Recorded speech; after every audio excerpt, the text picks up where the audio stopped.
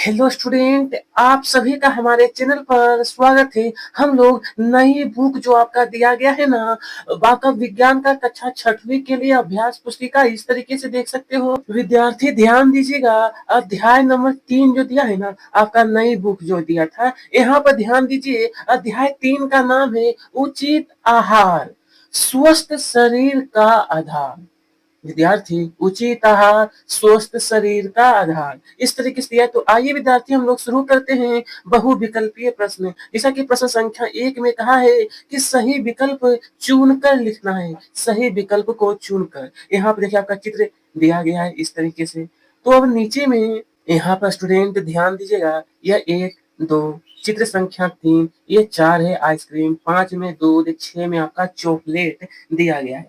और अब आपसे नीचे में प्रश्न दिया गया है, इस चित्र को पहले ध्यान से देख लीजिए। फिर देखिए विद्यार्थी, कहा गया है इनमें से किन किन खाद्य सामग्री को संतुलित आहार में शामिल होना महत्वपूर्ण है। आप लोगों को मैंने चित्र दिखा दिया हूं। इसका ऑप्शन नंबर ए जो है ना विद्यार्थी, बिल्कुल हमारा सही हो जाएगा, ए ऑप्शन। ठीक है, तो इसमें आपको टिक लगाना है। उसके बाद देखेंगे दूसरा प्रश्न है, यदि कोई व्यक्ति अपने आहार में उन खाद्य पदार्थों को निकाल देता है जिनमें विटामिन सी अधिक होता है, तो निम्नलिखित में से कौन सी स्थिति निर्मित होगी। विद्यार्थी बोला है कौन सी स्थिति। ऑप्शन दिया है बेरी बेरी, गंडमाल, सूखा रोग या फिर अस्कर्वी। तो इसका सही उत्तर है हमारा ऑप्शन नंबर डी, अस्कर्वी। क्या होगा विद्यार्थी? अस्कर्वी। ठीक है, अब यहाँ पर ध्यान दीजिए, प्रश्न नंबर 3 में कहा है कि सोहन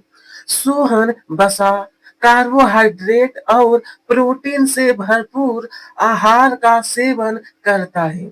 फिर बोला है कि लेकिन लेकिन पर्याप्त मात्रा, बोला गया था कि पर्याप्त मात्रा में तरल पदार्थों को शामिल करने में अनदेखी करता है। यदि वह व्यक्ति ऐसे ही आहार को सेवन जारी रखता है तो शरीर पर इसका क्या प्रभाव पड़ेगा। यहाँ पर 4 ऑप्शन दिया गया है। इसका ऑप्शन नंबर सी जो है कि शरीर से पसीने और मूत्र का उत्सर्जन कम होगा। ठीक है, नंबर 4 में कहा गया है हम सही से कि एक छात्र ने केले में विद्यमान पोषक तत्वों का परीक्षण किया। उसने एक परख नली में केले का टुकड़ा रखा और पतले आयोडीन घोल की 2-3 बूंदें मिलाई। उसने नीला काला रंग बनते हुए देखा।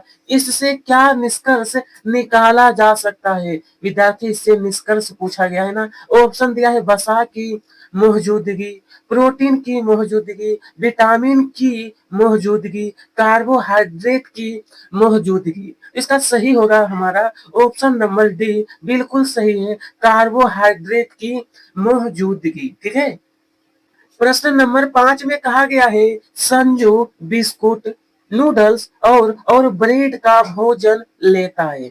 उसे अक्सर पेट में दर्द और कब्ज की शिकायत रहती है। कब्ज से छुटकारा पाने के लिए उसे अपने आहार में क्या बदलाव करना चाहिए। विद्यार्थी पूछा है कि क्या बदलाव करना चाहिए। तो यहाँ पे 4 ऑप्शन दिया है। पहला ऑप्शन है वसा युक्त आहार लेना चाहिए, आहारी रेशे युक्त आहार, खनिज लवण विटामिन से भरपूर, या फिर प्रोटीन युक्त आहार लेना चाहिए। इसका सही ऑप्शन है विद्यार्थी हमारा बी वाला कि आहारी रेशे युक्त आहार लेना चाहिए। विद्यार्थी, अब कहा गया है नंबर 6 में हम सही से कि अंधेरे और नमी वाले स्थानों पर उगने वाले छत्र, यानी जिसे हम लोग कहते हैं मशरूम। क्या कहते हैं? मशरूम। बोला गया कि अच्छी स्रोत है, तो किसका है? तो आपका ऑप्शन दिया गया है कार्बोहाइड्रेट, खनिज लवण, प्रोटीन या फिर विटामिन। तो इसका सही आंसर होगा विद्यार्थी हमारा प्रोटीन। प्रोटीन का जो है अच्छा स्रोत होता है क्या? मशरूम, जिसे छत्र कहते हैं, जो सफेद जैसा होता है। ठीक है विद्यार्थी, अब यहाँ पर है 7वां नंबर, गुजरात के कच्छ के छोटे रण में रहने वाली अगरिया जनजाति समुदाय की एक एक बोला कि प्रथा है। तो यहाँ पर गन्ने की खेती, नमक की खेती, मछली पालन, कॉफी की खेती।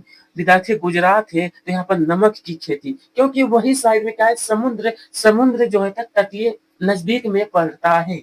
ठीक है। अब यहाँ पर देखिए 8वां नंबर है, हमारे शरीर को रोगों से बचाने और हम स्वस्थ रखने में अहम भूमिका निभाने वाले विटामिन आगे कहा गया था और खनिज को सम्मिलित रूप से कहते हैं। तो यहाँ पर दिया है ऊर्जा वर्धक पोषक तत्व, शरीर वर्धक पोषक तत्व, सुरक्षात्मक पोषक तत्व या फिर अनावश्यक तत्व। तो विद्यार्थी इसका सही आंसर है हमारा ऑप्शन नंबर सी, सुरक्षात्मक पोषक तत्व। ठीक है। अब यहाँ पर ध्यान दीजिए, प्रश्न 2 में कहा गया है रिक्त स्थानों की पूर्ति कीजिए। यहाँ पर कुछ आपका शब्द जैसा कि दिया गया है इसे ध्यान से देख लीजिए और देखने के बाद नंबर 1 है विटामिन और खनिज हमारे शरीर को मजबूत बनाते हैं और वे हमें, तो यहाँ पर भरना है आप सभी को भरना है संक्रमण से बचाते हैं और स्वस्थ रखते हैं। ठीक है।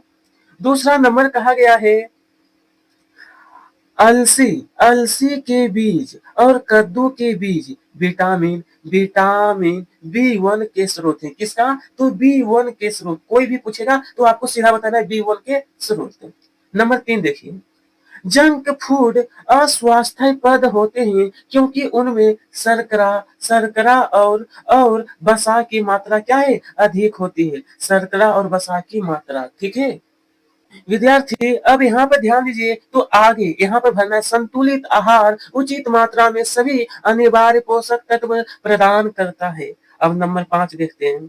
तो 5 में कहा है कि मंड की उपस्थिति के परीक्षण में तनु, तो यहाँ पर भराएगा हमारा आयोडीन का उपयोग किया जाता है। नंबर 6 में कहा है सूरज की रोशनी के संपर्क में आने पर हमारे शरीर में प्राकृतिक रूप से सूरज की जो रोशनी पड़ती है जाती है हमारे शरीर पर, तो उससे जो है ना विटामिन डी विद्यार्थी विटामिन डी बनता है। ठीक है। अब यहाँ पर 7वां नंबर है कि गर्दन के अगले भाग में जो सूजन होता है ना, सूजन वो घेंघा रोग का लक्षण है। यह पहले ज्यादा होता था लेकिन अब बहुत कम मात्रा में ऐसा देखने को मिलता है।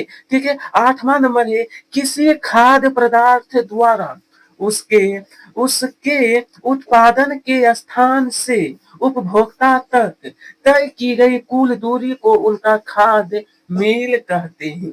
इस तरीके से यह भी कंप्लीट हुआ। अब हम लोग विद्यार्थी देखेंगे अति लघुत्तरीय प्रश्न। ठीक है।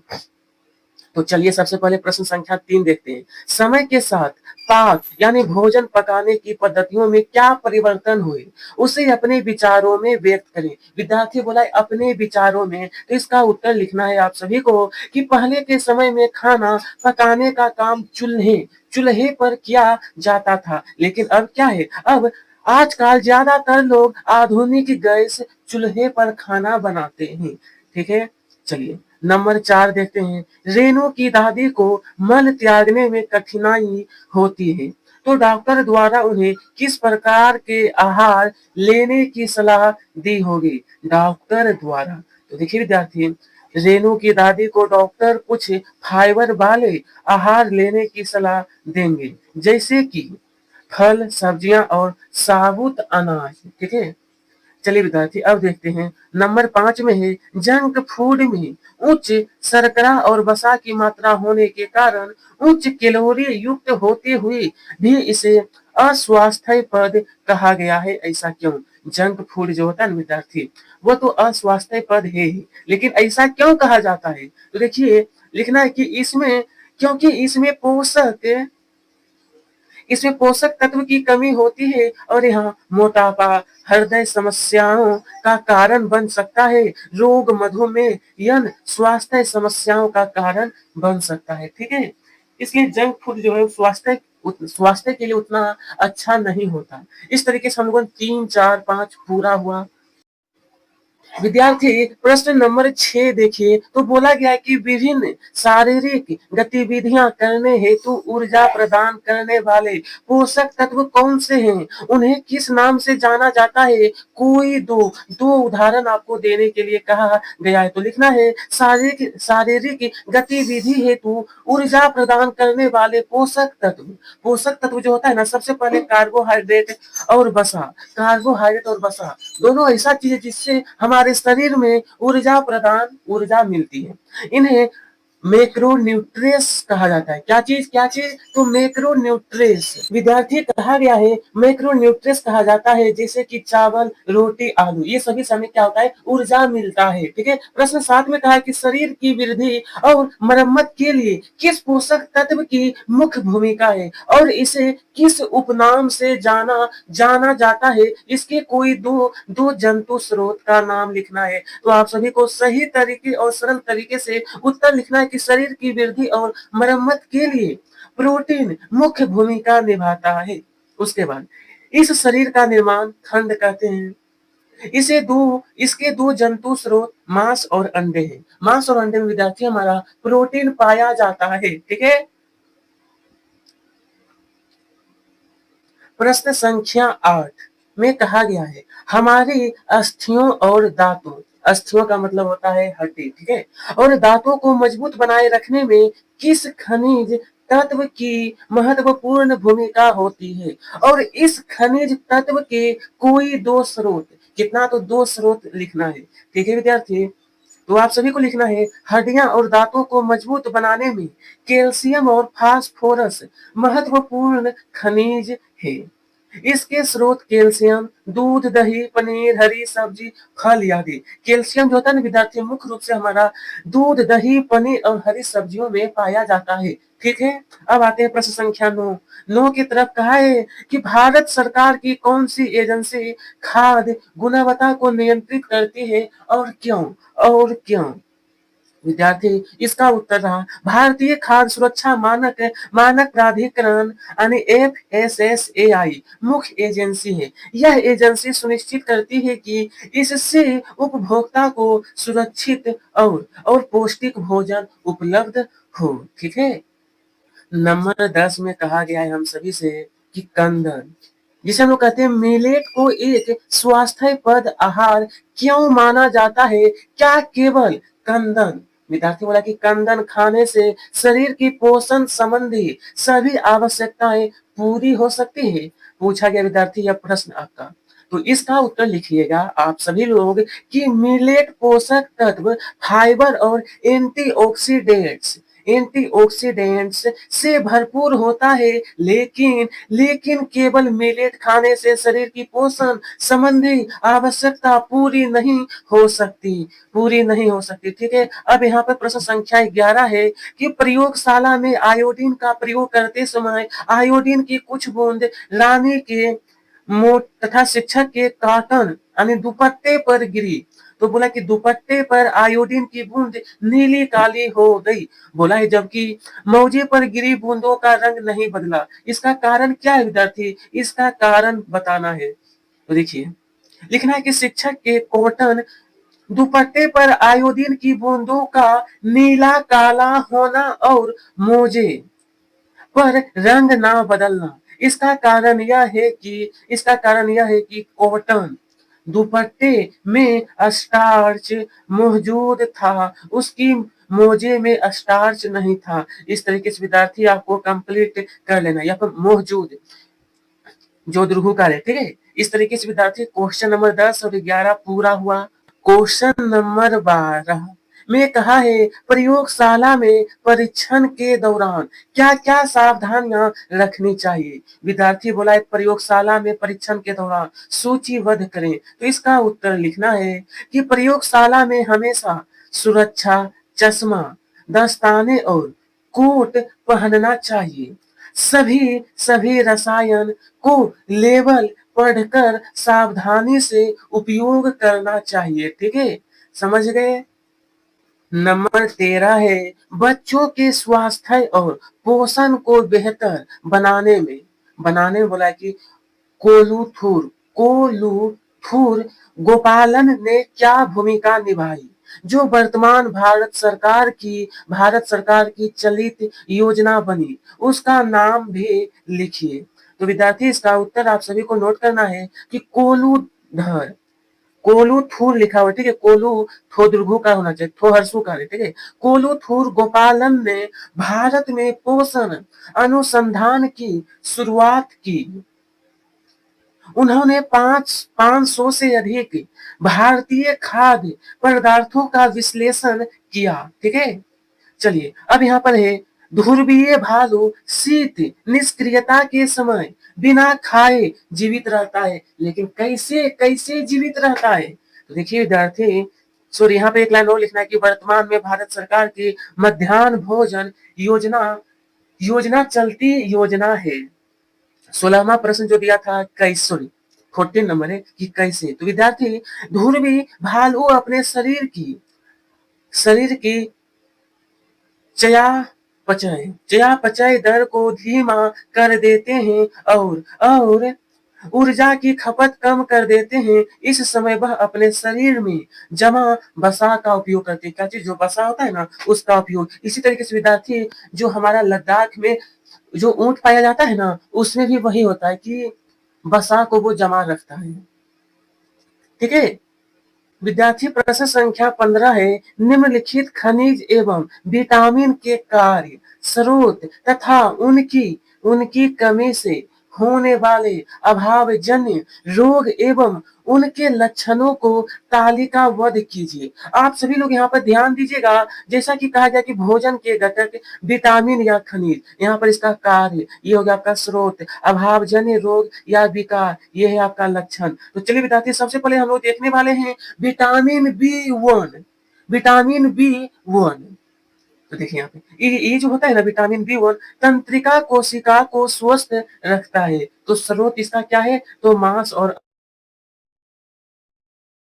विद्यार्थी, यहाँ पर आपका एनीमिया भरना है। लक्षण हो जाएगा आपका थकान और सांस फूलना। इससे आपको पता चलेगा कि आपके शरीर में विटामिन B1 की कमी हुई है, अगर आपको ज्यादा थकान और सांस फूलना लगे तो। अब विटामिन विटामिन दिया है ना, तो शारीरिक वृद्धि और विकास इसका काम है। और यह जो पाया जाता है फल और सब्जी में। और रोग जो होता है, इससे रतौंधी और रिकटेस होता है, थकान और कमजोरी जैसा महसूस होता है। ठीक है, और आयरन जो होता है ना, आयरन इसमें हीमोग्लोबिन बढ़ाना। और यहाँ पर पालक, गुड़, फिर एनीमिया यहाँ पर है। उसके बाद फिर चक्कर आना, इसका जो लक्षण होता है चक्कर आना, आयरन की कमी के कारण होता है। साथ ही प्रश्न 16 है कि किसी खाद्य पदार्थ को कागज में लपेटने पर कागज पर तैलीय धब्बा बन जाता है। यह आप लोग भी ध्यान दीजिएगा ना, जो आप लोग खाना खाते होंगे लंच में, तो कागज जो होता है ना, उस पर लपेटने में कागज जो होता है ना, कागज पर धब्बा बनता है। यह तैलीय धब्बा किसकी उपस्थिति दर्शाता है? इन धब्बे से होकर आने वाला प्रकाश कैसा दिखाई देगा? तो देखिए विद्यार्थी, उत्तर होगा तौलीय धब्बा जो होता है ना, वो हमें वसा की उपस्थिति दर्शाता है। और इस धब्बे से होकर आने वाला प्रकाश होता है ना, पारभासी दिखाई देगा। पारभासी का मतलब होता है कि आपको धुंधला दिखाई देगा, पूरी अच्छी तरीके से साफ नहीं दिखाई देगा। नंबर 17 में है, शरीर की समुचित वृद्धि एवं विकास के लिए आवश्यक आहार में क्या क्या सम्मिलित है और इस आहार को क्या कहते हैं? तो देखिए, शरीर की वृद्धि और विकास के लिए हमें जो है ना, चाहिए कार्बोहाइड्रेट, प्रोटीन, वसा वसा विटामिन, विटामिन के बाद यहाँ पर होगा खनिज लवण होना चाहिए। और इसे संतुलित आहार कहते हैं। क्या कहते हैं? संतुलित आहार। ठीक है, नंबर 18 है, खुशहाल वे सुखी जीवन जीने के लिए अच्छा स्वास्थ्य अनिवार्य है। तो बोला है कि इस कथन पर पुष्टि अपने शब्दों में कीजिए। अपने शब्दों में। तो देखिए विद्यार्थी, अच्छा स्वास्थ्य है व्यक्ति की मानसिक, शारीरिक और सामाजिक खुशहाली की स्थिति है। बीमारियों से बचने और खुशहाल जिंदगी जीने के लिए स्वास्थ्य को बनाए रखना बहुत ही महत्वपूर्ण होता है। ठीक है, देखिए विद्यार्थियों, 19वां क्वेश्चन है, प्रश्न संख्या 19 कि खेत से भोजन हमारी थाली तक कैसे पहुंचता है? इस प्रक्रिया के क्या चरण है? खाद्य मेल को कम करना क्यों महत्वपूर्ण है? तो विद्यार्थी, इसका उत्तर ये रहेगा कि खेत से भोजन हमारी थाली तक पहुंचने में उत्पादन, प्रसंस्करण, विद्यार्थी बोला है प्रसंस्करण और वितरण और उपभोग शामिल है।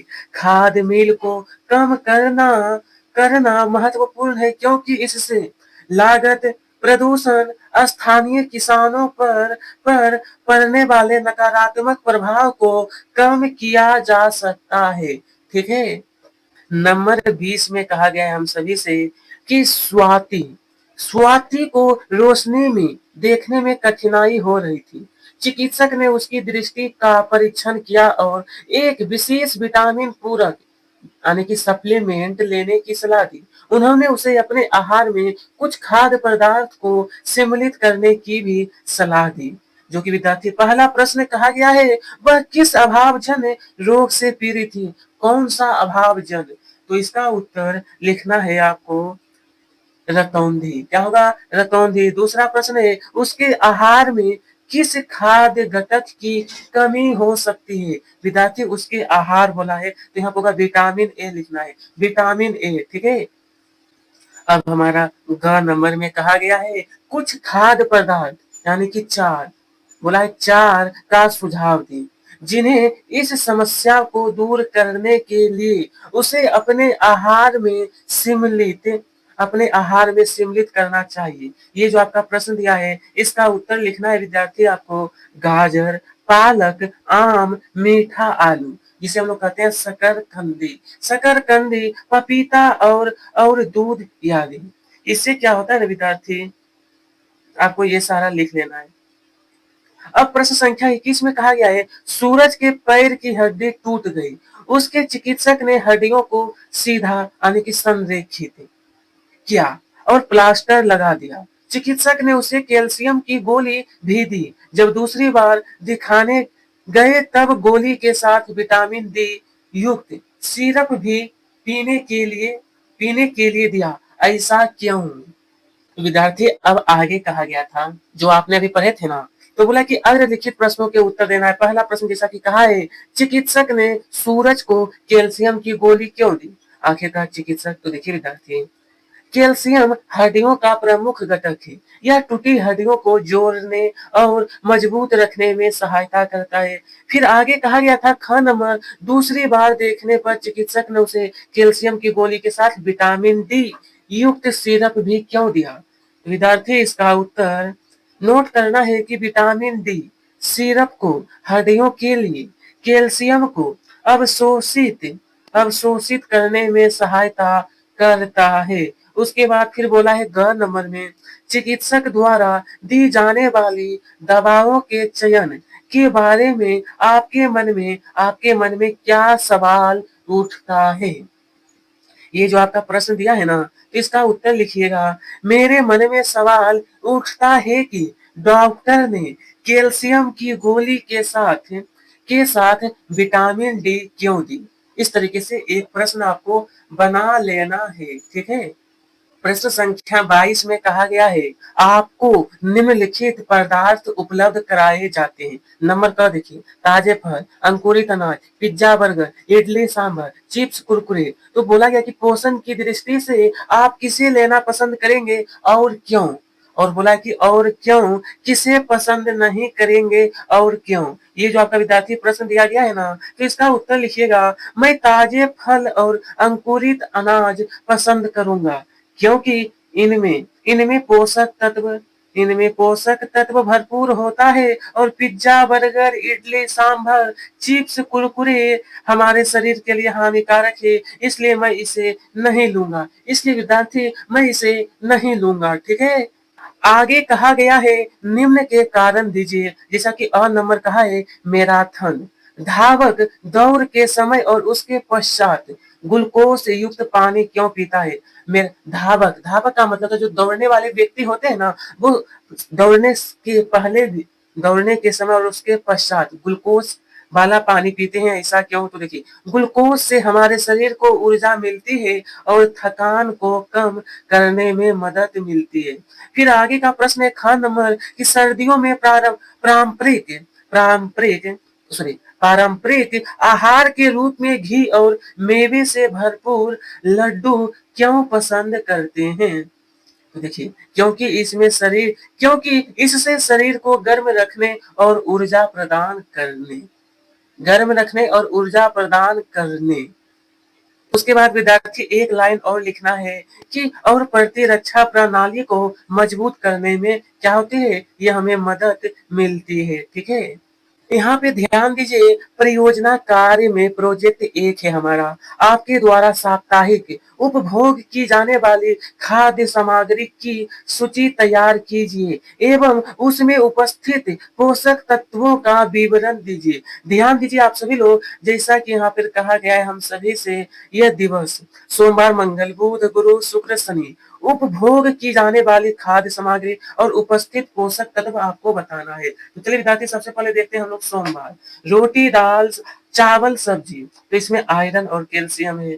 दूसरा नंबर आलू, पराठा, पनीर, तो यहाँ पर होगा विटामिन और पोटेशियम। दलिया, मशरूम, दही, तो यहाँ पर हो जाएगा हमारा प्रोटीन, कार्बोहाइड्रेट। फिर सेब, पोहा, भिंडी, रोटी, तो यहाँ पर होगा विटामिन ए और विटामिन सी। शुक्रवार को गोभी, पराठा, मसूर दाल, चावल, तो यहाँ पर भराएगा प्रोटीन और कार्बोहाइड्रेट। शनिवार का मांस और अंडे है, तो यहाँ पर भर लेना है आप सभी को प्रोटीन और विटामिन, प्रोटीन और विटामिन ए यहाँ पर है। ठीक है, विटामिन ए लिखना है। विद्यार्थी, यहाँ पे प्रोजेक्ट कार्य 2 में कहा है आपके द्वारा खाए जाने वाले कुछ डिब्बा बंद खाद्य पदार्थ एवं पैकेट युक्त खाद्य पदार्थ का अवलोकन अवलोकन कर उनके ऊपर लिखी गई पोषण संबंधी जानकारी को तालिकाबद्ध कीजिए। देखिए, यहाँ पर खाद्य पदार्थ का नाम आपको खुद से लिखना है। ये सारा आपको खुद से करना है कि आप लोग डिब्बा बंद खाना क्या क्या खाते हैं। ठीक है, तो क्या था कि सभी बच्चे अपना भोजन पसंदीदा होता है, तो सभी लोग अलग अलग खाते हैं, तो आप लोग इन्हें खुद से कर लीजिएगा। अब यहाँ पर प्रोजेक्ट नंबर 3 जो दिया है ना विद्यार्थी, कि उन जंक फूड की सूची बनाएं जिन्हें आप प्रायः खाते हैं। अपने मित्रों से भी ऐसी सूची बनाने के लिए कहें। फिर बोला विद्यार्थी कि इन सूचियों के आधार पर अपने प्रधानाध्यापक को एक पत्र लिखकर स्कूल परिसर में जंक फूड पर प्रतिबंध लगाने का अनुरोध करें तथा स्वस्थ विकल्प सुझाएं। तो विद्यार्थी, इसका उत्तर अगर आप लोग लिखना चाहें तो आपको स्क्रीन पर दिख रहा होगा। तो इसी के साथ हमारा यह वीडियो हमारा समाप्त हुआ। वीडियो पसंद आई हो तो वीडियो को लाइक और चैनल को सब्सक्राइब करना ना भूलें। धन्यवाद।